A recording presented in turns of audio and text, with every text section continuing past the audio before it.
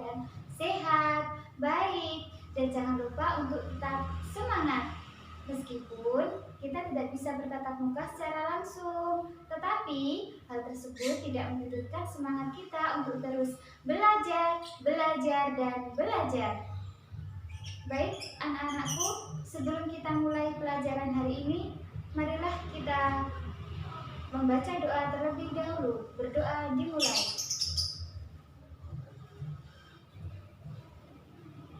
Berdoa selesai. Semoga kita dimudahkan dan diberi kelancaran pada pembelajaran hari ini. Hari ini kita akan belajar tema 1, subtema 1, tumbuhan sahabatku. Muatan IPA KD 3.1 dan 4.1. Perkembangbiakan tumbuhan secara generatif. Perkembangbiakan generatif adalah perkembangbiakan yang terjadi melalui peleburan sel kelamin jantan dan sel kelamin betina. Alat perkembangbiakan tumbuhan adalah bunga. Bunga memiliki benang sari atau alat kelamin jantan dan butik atau alat kelamin betina. Perhatikan bagan proses perkembangbiakan generatif berikut. Perkembangbiakan generatif pada tumbuhan diawali dengan peristiwa penyerbukan, yaitu serbuk sari jatuh di kepala putik. Setelah peristiwa penyerbukan, maka akan terjadi proses pembuahan, yaitu serbuk sari atau sel kelamin jantan melebur dengan sel telur atau sel kelamin betina. Setelah terjadi pembuahan, maka akan menghasilkan zigot. Kemudian, zigot tumbuh menjadi embrio atau tunas tumbuhan di dalam biji. Dan biji berada di dalam buah. Selanjutnya, biji yang ditanam akan tumbuh menjadi tumbuhan baru. Dan tumbuhan baru akan tumbuh menjadi tumbuhan dewasa. Dan tumbuhan dewasa berbunga menghasilkan biji kembali. Macam-macam penyerbukan. Macam-macam penyerbukan ada 4 ya anak-anak. Yang pertama penyerbukan sendiri. Dan yang kedua penyerbukan tetangga. Yang ketiga penyerbukan silang. Dan yang keempat penyerbukan bastar. Penyerbukan sendiri adalah serbuk sari jatuh di kepala putik pada bunga yang sama. Kemudian yang kedua penyerbukan tetangga. Terjadi apabila serbuk sari jatuh di kepala putik pada bunga yang masih satu tumbuhan. Dan yang ketiga penyerbukan silang, yaitu serbuk sari jatuh di kepala putik pada bunga lain yang sejenis tetapi berbeda tumbuhan. Kemudian yang keempat, yaitu penyerbukan bastar. Terjadi apabila serbuk sari jatuh di kepala putik pada bunga yang berasal dari tumbuhan yang berbeda varietas. Anak-anak, tadi Ustazah sudah menjelaskan perkembangbiakan tumbuhan secara generatif. Setelah ini Ustazah akan menjelaskan perkembangbiakan tumbuhan secara vegetatif. Tahu ya perbedaannya generatif dan vegetatif? Kalau generatif adalah kawin, sedangkan vegetatif adalah perkembangbiakan tak kawin. Nah, perkembangbiakan secara vegetatif terjadi tanpa adanya peleburan antara sel kelamin jantan dan sel kelamin betina. Tujuannya untuk menghasilkan tumbuhan baru atau tumbuhan dengan sifat baru.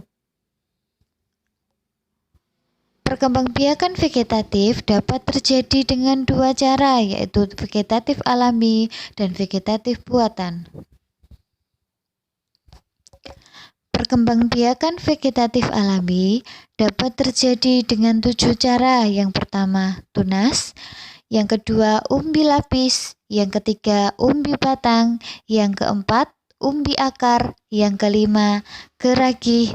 Yang keenam, akar tinggal atau rizom. Dan yang ketujuh adalah spora. Perhatikan contoh berikut. Berikut adalah contoh tanaman jahe. Jahe berkembang biak dengan akar tinggal atau rizom. Perkembangbiakan vegetatif buatan dapat terjadi dengan 6 cara. Yang pertama, cangkok. Yang kedua, stek batang. Yang ketiga, stek daun. Yang keempat, merunduk. Yang kelima, tempel atau okulasi. Dan yang keenam, menyambung. Muatan IPS KD 3.1 dan 4.1. Kondisi geografis dan kehidupan sosial budaya negara-negara di Asia Tenggara. Negara-negara di Asia Tenggara umumnya memiliki kondisi geografis yang sama, akan tetapi kesamaan kondisi geografis tersebut tidak menjamin kehidupan sosial budaya pun juga sama. Pemanfaatan kondisi geografis di Asia Tenggara. Setiap negara di Asia Tenggara memiliki kondisi geografis yang beragam. Keberagaman kondisi geografis tersebut dimanfaatkan oleh masyarakat sekitar untuk berbagai aktivitas. Contoh, Indonesia, kondisi geografisnya adalah berupa dataran rendah yang luas yang dimanfaatkan sebagai lahan pertanian dan perkebunan yang biasanya menghasilkan padi, sayuran, dan karet. Potensi hutan Indonesia menghasilkan rotan dan kayu jati yang dimanfaatkan sebagai bahan mebel. Ada pula getah yang dihasilkan dari pohon karet. Kemudian, perairan dimanfaatkan untuk diambil hasil lautnya seperti ikan, rumput laut, dan garam. Pantai-pantai Indonesia dimanfaatkan sebagai tempat pariwisata.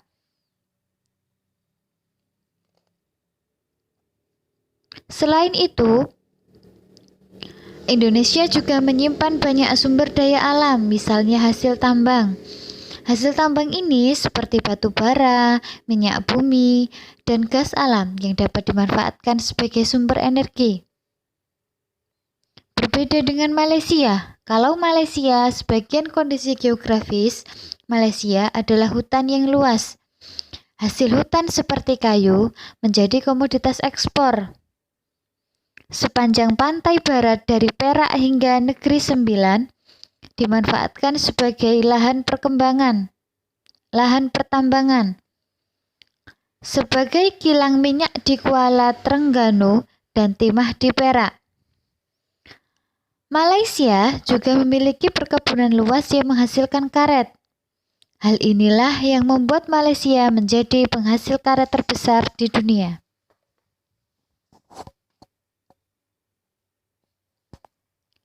Muatan PPKN KD 3.1 dan 4.1. Penerapan sila pertama dan kedua Pancasila dalam kehidupan sehari-hari. Sila pertama Pancasila mengandung makna bahwa bangsa Indonesia bertakwa kepada Tuhan Yang Maha Esa. Berikut nilai-nilai yang terkandung dalam sila pertama Pancasila. Yang pertama, bertakwa kepada Tuhan Yang Maha Esa.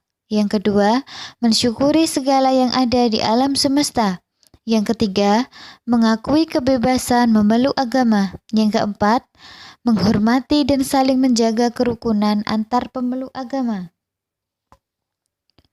Sila kedua Pancasila mengandung makna adanya pengakuan terhadap persamaan derajat antar sesama manusia dan bahwa setiap warga negara memiliki hak dan kewajiban.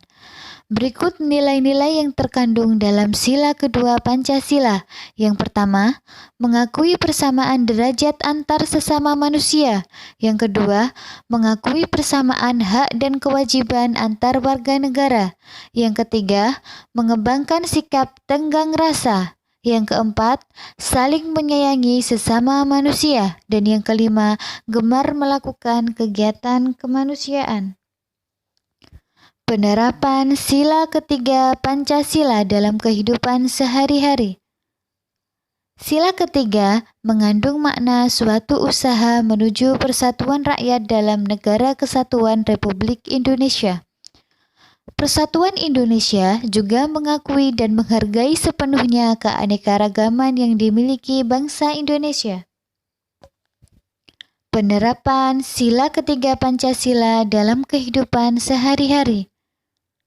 Masyarakat Indonesia adalah masyarakat yang memiliki keragaman agama, suku bangsa, budaya, sosial, serta ekonomi. Adanya perbedaan tidaklah menjadi sebab perselisihan, tetapi menjadi pendorong terciptanya kebersamaan. Kesadaran dalam mewujudkan Indonesia yang bersatu dapat tercapai jika kita menghayati semboyan negara Indonesia, yaitu Bhinneka Tunggal Ika. Nilai-nilai yang terkandung dalam sila ketiga Pancasila. Yang pertama, bekerja sama demi kepentingan bangsa dan negara, di atas kepentingan pribadi dan golongan. Yang kedua, rela berkorban demi kepentingan bangsa dan negara. Dan yang ketiga, mengembangkan rasa bangga dan cinta tanah air dan bangsa. Dan yang keempat, mengembangkan persatuan Indonesia atas dasar Bhinneka Tunggal Ika. Pengertian muatan bahasa Indonesia KD 3.1 dan 4.1. Pengertian teks laporan hasil pengamatan. Teks laporan adalah teks yang berisi informasi berdasarkan pengamatan yang sudah dilakukan. Teks laporan hasil pengamatan berisi yang pertama, informasi umum, yang kedua, kumpulan fakta-fakta, dan yang ketiga, simpulan. Teks laporan juga terdapat ide pokok.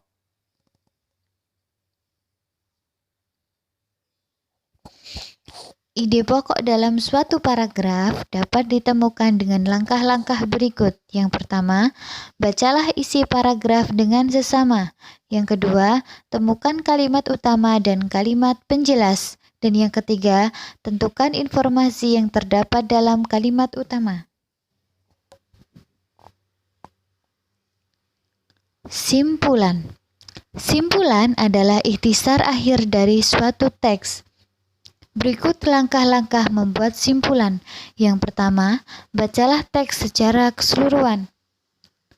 Yang kedua, temukan informasi penting yang terdapat dalam teks. Dan yang ketiga, hubungkan semua informasi yang kamu peroleh menjadi satu pernyataan akhir. Muatan SPDP KD 3.1 dan 4.1. Mengenal karya seni patung. Patung adalah karya seni 3 dimensi yang meniru bentuk manusia, hewan, tumbuhan, ataupun benda yang dibuat menggunakan teknik tertentu. Fungsi patung. Yang pertama, sarana ibadah untuk agama tertentu. Yang kedua, mengenang jasa pahlawan atau peristiwa bersejarah suatu bangsa. Yang ketiga, pelengkap konstruksi bangunan. Yang keempat, penghias bangunan taman atau tempat lainnya. Dan yang kelima, dapat dinikmati keindahan bentuknya. Alat dan bahan pembuatan karya seni patung. Dalam membuat patung, kita membutuhkan alat dan bahan yang sesuai. Alat yang biasa digunakan berupa butsir, meja putar, cetakan, palu dan pahat, serta amplas. Bahan-bahan pembuatan karya seni patung dapat dikelompokkan menjadi dua, yaitu bahan lunak dan bahan keras. Adapun contoh bahan lunak yaitu tanah liat, lilin, sabun, dan plastisin. Dan yang kedua, contoh bahan keras yaitu batu, kayu, jati, dan marmer. Perhatikan contoh berikut. Berikut adalah gambar membuat pot dengan menggunakan bahan lunak berupa tanah liat dan meja putar sebagai alatnya. Anak-anakku yang Ustazah sayangi, sudah paham kan kegiatan belajar pada hari ini? Baiklah, demikian kegiatan belajar pada hari ini. Semoga bermanfaat. Jangan lupa ya untuk terus belajar, sholat 5 waktu, dan jangan lupa selalu berdoa. Assalamualaikum. warahmatullahi wabarakatuh.